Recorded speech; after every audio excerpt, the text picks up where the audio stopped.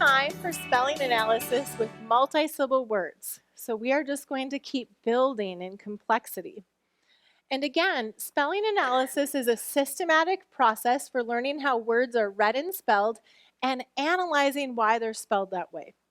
So like yesterday, I want you to put away your books, take out a pencil, put it on your desk or a pen, get out some paper, and I want you to take off your teacher hats for a little bit and put on a student hat and be a student, okay? And like yesterday, I'm going to start with words that are probably completely new to you, but they are real words. And so you can experience this truly as a student. All right, this is a very appropriate word for the snow coming down behind us. The first word is Kerglauf. Kerglauf nearly paralyzed him when he hit the water. Kerglauf. How many syllables in Kerglauf? 2. All right. We are going to say to spell Kerglauf. What will we say to spell? Kerglauf. What is the first syllable? Ker. Let's sound it out. K. Use a k. Use the of hurt. Second syllable, don't write anything. Second syllable is glaff. Let's sound it out. G-o-a-f. Kerglauf. Go ahead and write Kerglauf, and when you write it, please leave a space between the syllables. As you write it, sound it out for me so I can hear you.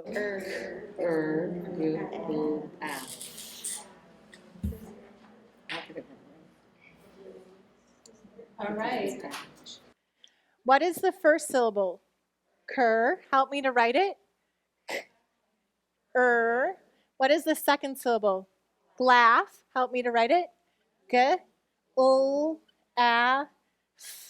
All right. How will we mark it? Underline the Let's go ahead and sound it out. G-o-a-f. Kerglauf. All right. What is Kerglauf? Yes, the shock one feels when plunging into cold water. All right, when you say the sound k, make sure not to add an to it. A few of you are saying ka, which really emphasizes an sound. So try to isolate it with me. Good. The next word is diesel. The cars moved diesel around the track. Diesel. So how many syllables in diesel? 2. So we will say to spell D-zil. All right? What will we say to spell? D-zil. The first syllable is D, D-E, use an E at A. The second syllable is zil. Z, use a Z, I, O. Use an I-E, yeah, here. What? So go ahead and write D-zil.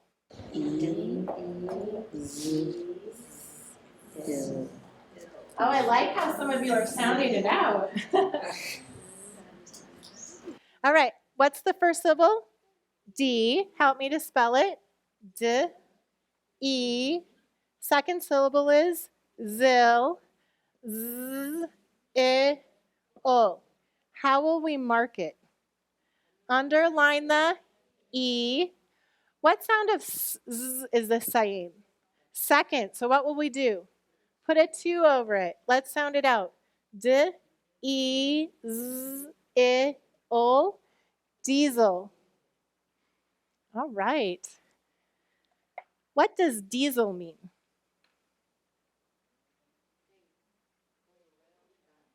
It means clockwise. Yeah. Yes. All right. And I can see you all thinking. All right, the next word is Rutterkins. The Rutterkins at school will not leave Allie alone. Rutterkins. How many syllables in Rutterkins? 3. We will say to spell Rutterkins. Got it? What will we say to spell? Rutterkins. What's the first syllable? Rut. T. What's the second syllable? T. Use the of her. Third syllable is kins. Use a tall k. Z. Go ahead and write Rutterkins.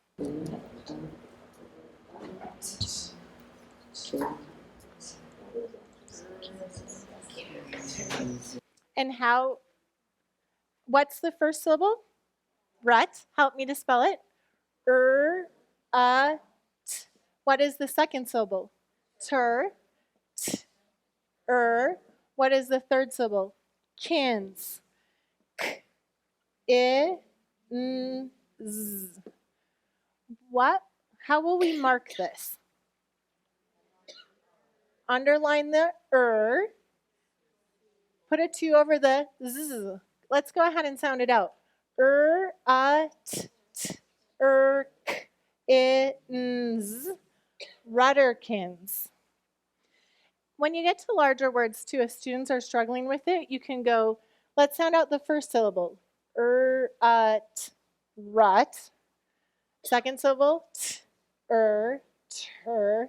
So you can break it apart like that if they need that help as well. And what is Rutterkins? What do you think that means? Bullies. Rutterkins, the bullies.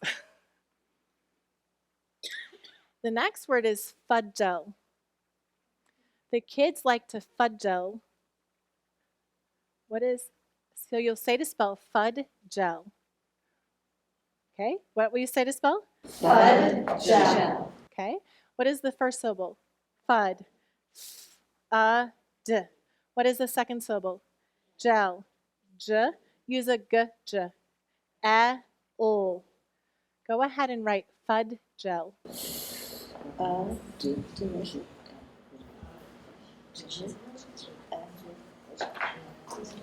Okay, what is the first syllable?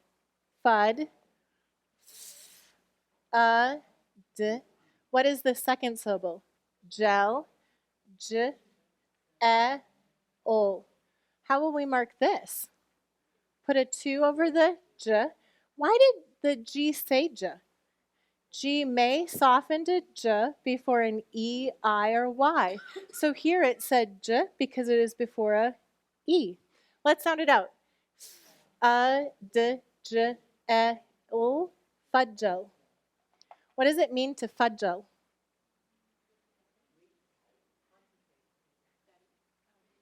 It means to pretend to work.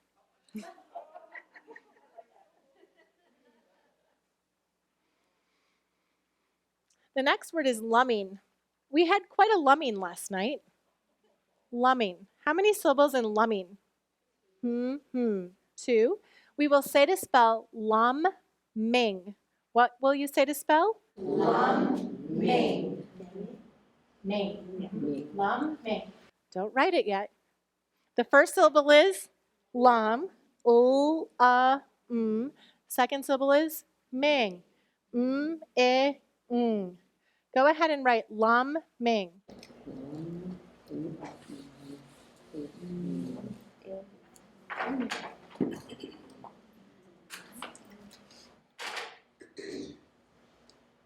All right, what is the first syllable?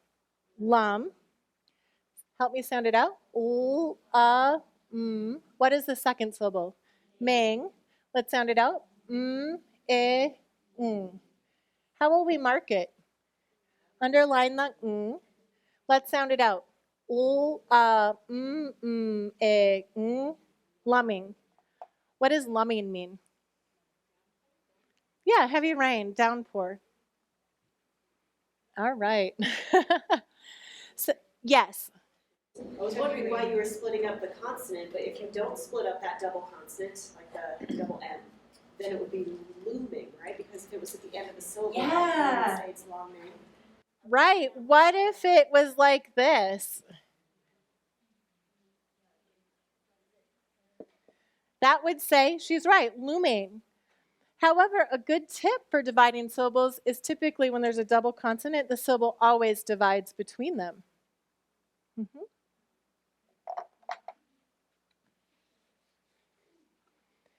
Okay, go ahead and put away your student hat for a little bit, and you can put back your teacher hat, put that back on, and go ahead and take out your spelling analysis quick reference, and this time turn to the side that says multi-syllable words. Okay? And we are going to step through a word together, and you will read the role of the teacher, and I will read the role of the student, so we can practice this. So the teacher will say the word. Boglish. Boglish, yeah. And then you will read the sentence and repeat the word. She had no idea what to do next. She was completely boglish. Boglish. Then you'll ask me to count the syllables. How many syllables? 2.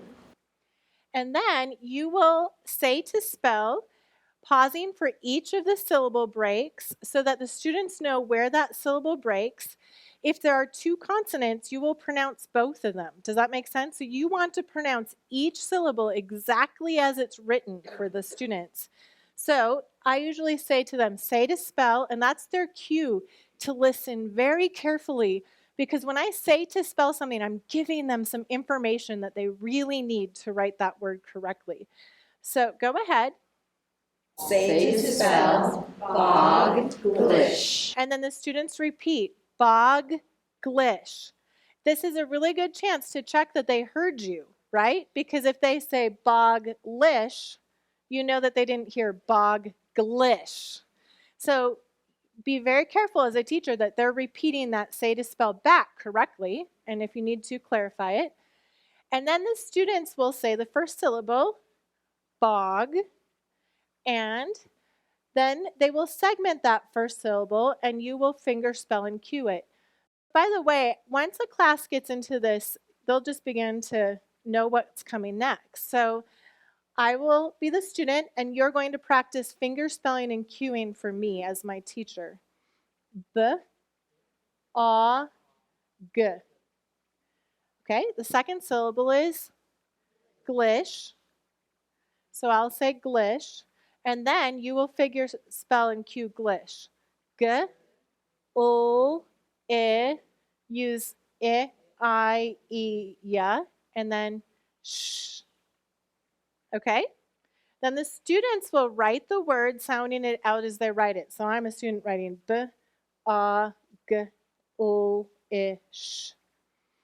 And then you will write the word as the students segment it. First syllable is bog, B, A, G. Second syllable is glish, G, O, I, sh. And then you will ask the students how they mark it, and they'll analyze it. How do we mark it? Underline the sh. And then we'll read it. B, A, G, G, O, I, sh. Boglish. Does that make sense? Yes. No, probably not for this word, but as the words get longer, is it ever a good idea to try and go through the syllables after you do ish, boglish, boglish? That's fine. So here's one thing to keep in mind is that like a foundation student will start with 1-syllable words, and they're there for all of foundations A and all of foundations B. Then they start 2-syllable words that are compound words, which are easier to blend. And then they move to 2-syllable words with common suffixes. And so they just keep building. And we're about to try some longer words that have more syllables that you're familiar with. And it'll feel like it's hard even for you to hold all this in your mind. But keep in mind, if you're spelling a multi-syllable word, do you actually have to have all this information in your head? No? Well, how do you write a like 5-syllable word? Yeah, you actually do. And you have to be able to hold the word in your mind, segment it, and write it. But we don't go from 1-syllable words to 5-syllable words in 3 days like you all are going to. We build like that over years. And so I'm wanting, though, to give you an experience of this. It also explains why are multi-syllable words really hard to read and why they're very hard to spell, right? But these skills then help us break them down. But of course, if a student is struggling to read a word like Lamin, you could do lam, ming, lam, ming. Because a lot of my second language learners, I have to do that with them because they're having a problem. And I just wasn't sure if I was doing them a disservice. No. You give them as much as they need support, and then you back off as they are able to do that. Okay. So, yes, what does boglish mean? Yeah, no idea. Completely confused. She has no idea what to do next. All right. We are going to turn to some commonly misspelled words. Go ahead and put away the spelling and reference chart. Go ahead and put your student hat back on, and we'll experience some words that you're familiar with, which I think is also helpful. And these come from a list of commonly misspelled words. So the first word is reference. The school library has a large reference collection. How many syllables in reference? 3. We will say to spell ref-er-ence. What will we say to spell? Ref-er-ence. The first syllable is ref, er-e-f. Second syllable is the of her. The third syllable is ence. E-n-s. Use a k, silent final E. Go ahead and write ref-er-ence.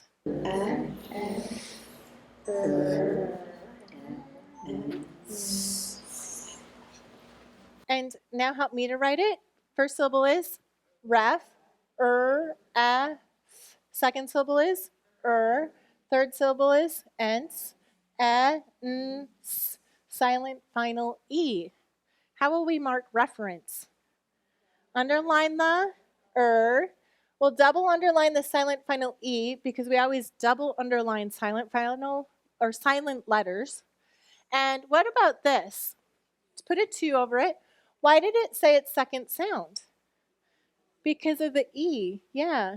The C softens to S before an E, I, or Y, and we have the E there for the C to say its soft sound. Let's go ahead and sound it out. Reference. I have another question. Yes. I haven't done this program before, but I've got bits and pieces. I've been crossing through that E. It's better to underline than cross through. Yeah, I think so. We don't want to visually disrupt any parts of words or to even give the impression it's not necessary. That E is actually very necessary. Otherwise, it would say reference. And here's a true story. So, by the way, C softening to before an E, I, or Y happens in a lot of languages. And what's very interesting to me is that speakers of other languages know that this happens in their language. Most English speakers have no idea. And it's also fascinating to me because English speakers are notoriously bad at learning other languages. And I have a suspicion that this is because we're not very good at understanding what's really going on in our language. But once you know that this happens, then you are alerted to this idea that phonograms change sounds next to other letters. And and it happens in many, many, many, many languages. The next word is accident. 2 cars were involved in the accident. Accident. How many syllables? 3. Let's say to spell accident. What will we say to spell? Accident. First syllable, ac. Use a k. Second syllable, si. Use a k. use it, I, e, ya. Third syllable, dent. D, e, n, t. Go ahead and write accident.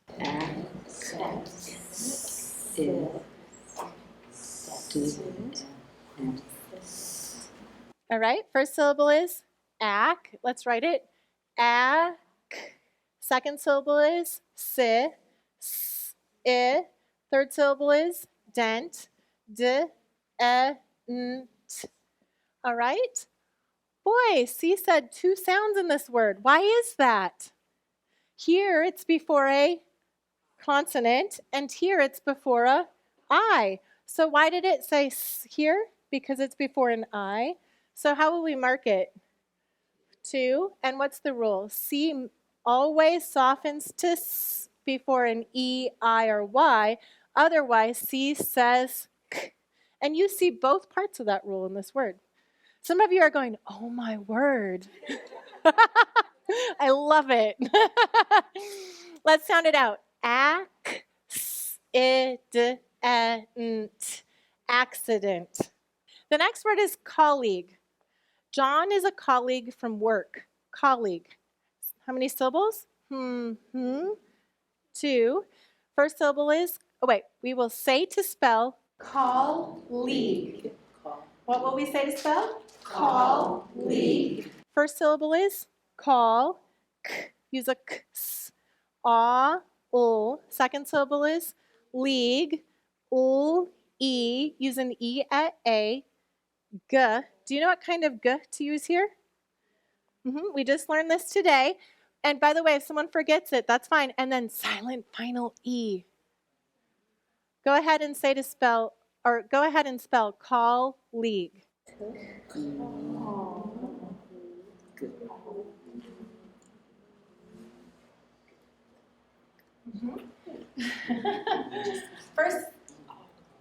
First syllable is call. K, a, ol. Second syllable is league. Ol, e, g. Silent final E.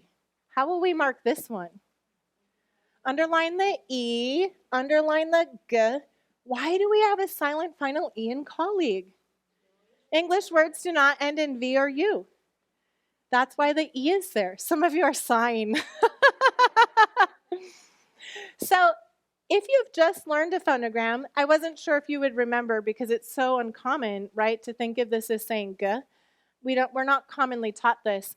If I see the kids are confused because it's a new phonogram, I'll say, oh, it's our new one. It's spelled like this. Do you remember that? And then I'll hide it, and then they'll write it. Totally fine to give them that support as they learn and as they master them. All right. The next word is beautiful. The garden is beautiful. Beautiful. How many syllables in beautiful? The next word is beautiful. How many syllables in beautiful? Why do you think this is so often misspelled? We will say to spell beautiful. Got it? What will you say to spell? Beautiful. The first syllable is B. B, E. Use E at A. Second syllable is U. There you go. The third syllable is T. T, I. And the fourth syllable is full. Ul. Go ahead and write beautiful.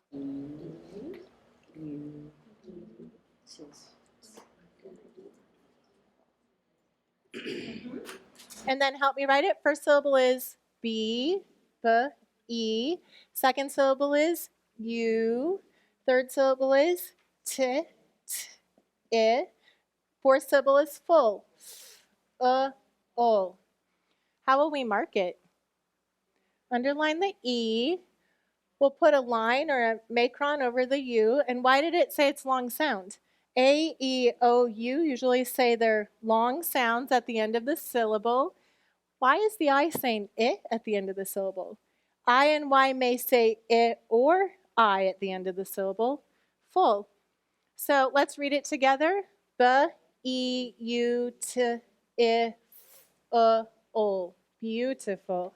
So someone pointed out to me that I missed marking something in beautiful because this isn't saying beautiful, it's saying U, U, the broad sound of you.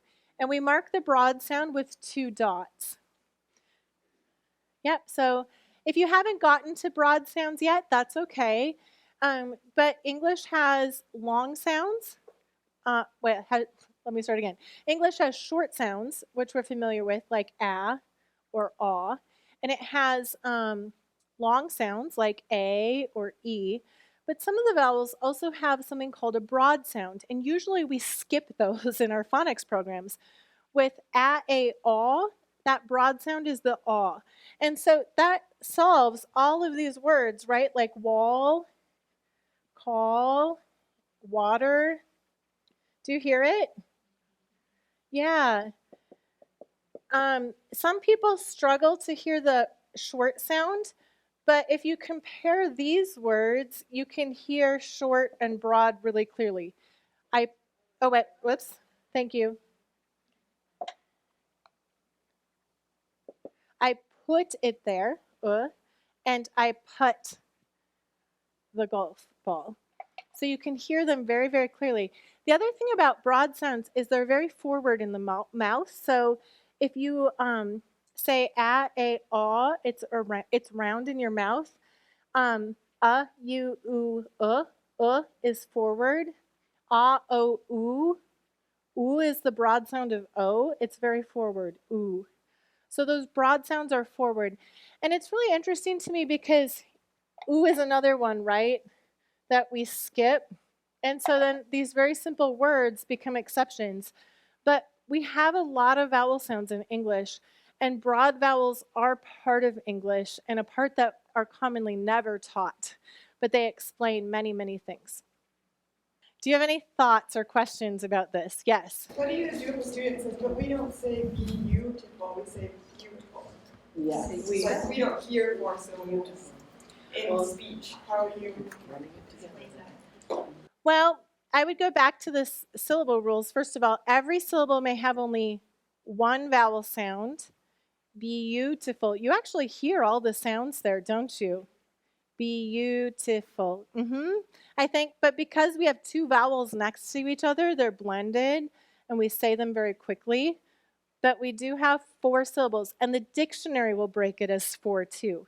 So sometimes we mishear it or we think we're hearing something else, but we actually are saying 4. We're saying 4 distinct vowel sounds. Yes? One thing that I found kind of helpful is when we asked students to put on their British accent, a lot of times those syllable differences became exaggerated.